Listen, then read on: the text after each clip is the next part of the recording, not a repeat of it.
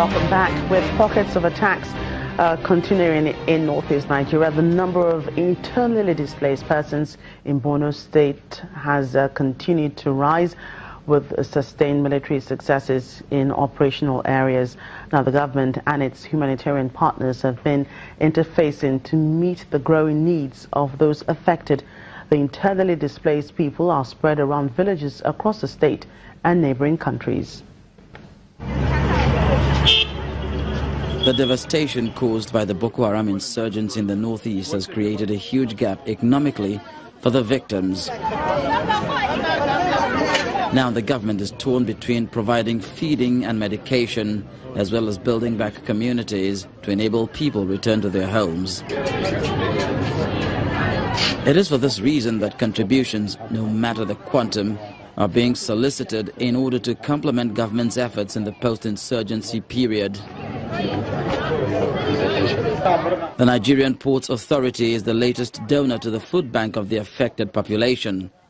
The NPA's donation is in commemoration of the 3rd anniversary of the Chibok girls' abduction. I believe that the Nigerian military has the capacity to rescue our girls, and we look forward to the release and rescue of the remaining 195 girls that have been held captivity.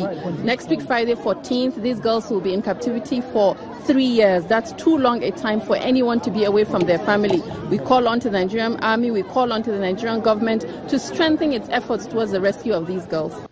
The contribution, which the government describes as the largest from an agency, will go a long way towards meeting the needs of the IDPs. The Borno State governor appreciates the goodwill of the NPA and asks other agencies to take a cue from that gesture.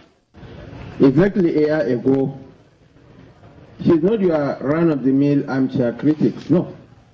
A year ago, she was here in Borno. We traveled in the same vehicle to Chibok to commemorate the 2nd year anniversary of the abduction of the Chibok girls. The state government has said it intends to officially close all internally displaced persons camps in Maiduguri by May this year. Displaced persons who for any reason are not able to return to their villages just yet are to be relocated to their respective local government headquarters. Tech entrepreneurs in Cameroon have continued to suffer as the government internet shutdown enters its 3rd month. Cameroon's English-speaking regions say that the government is trying to crush dissent after a protest broke out last year against alleged marginalization of these areas by French-speaking authorities. Imagine having to drive 30 kilometers from home just to use the internet. That is what these developers in Cameroon have to do every day. They come from Biu, the capital of southwest region of Cameroon, which is part of a larger area slapped with an internet shutdown on January the 17th, following protests against alleged marginalization of Anglophone Cameroon by the French-speaking government. 80 days into the shutdown, business people like Churchill Mambe Nanje, who runs Unjaku, an Africa-wide online jobs platform, have become migrants. Churchill and other developers set up a base of operation in New Bonaco, which is not affected by the internet shutdown because it is part of a province in the Francophone region. They use a generator for power and have brought in their own furniture. Analysts say the country's digital economy is losing billions to the online blackout. My platform, Joku.com, it depends on venture capital. And before now, we're already making some inroads to get investors and to make Cameroon attractive. But right now, it's more difficult because in things like this, investors now are scared to invest their money into Cameroon. Cameroon has produced innovative tech solutions like Churchill's Njaku, which are hailed across Africa. In March 2016, the government announced that it was looking into new projects that would boost the development of the digital economy. But the country's reputation as a Silicon Mountain could be fading. We have already lost an estimated 443 million CFA, about 729,000 US dollars, during the time of the shutdown. All those zones that are considered as Silicon Mountain which represents the economic lung, which have been evolving and initially at the support of the president, who also encouraged for the growth of the digital economy. So it's paradoxical, to say the least. It's even contradictory to ask people to develop and contribute to the digital economy and then go back and block the digital economy. Sakwe Njayo, a computer programmer, moved to Douala temporarily because the daily commute from the English region was too much for him and his business.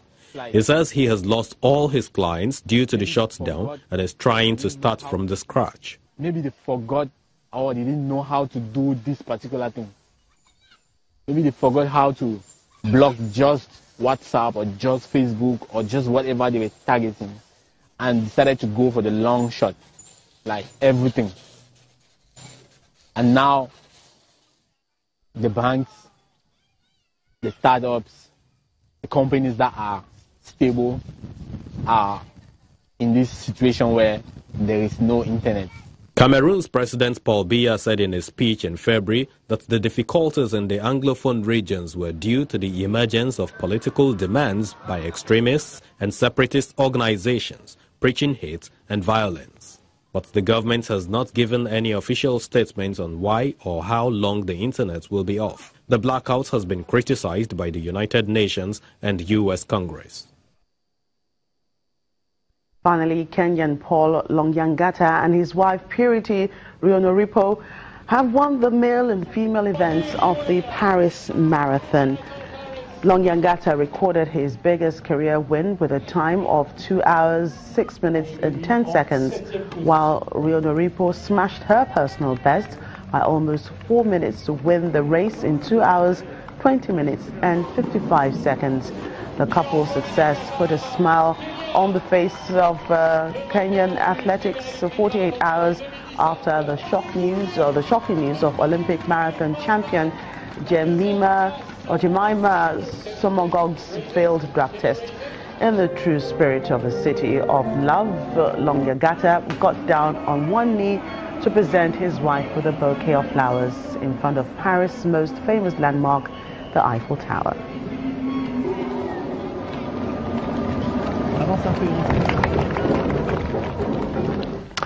It's a true story of love on the run. Well, that's it on Network Africa. Thank you so much for watching. I'm Jackie Rogers.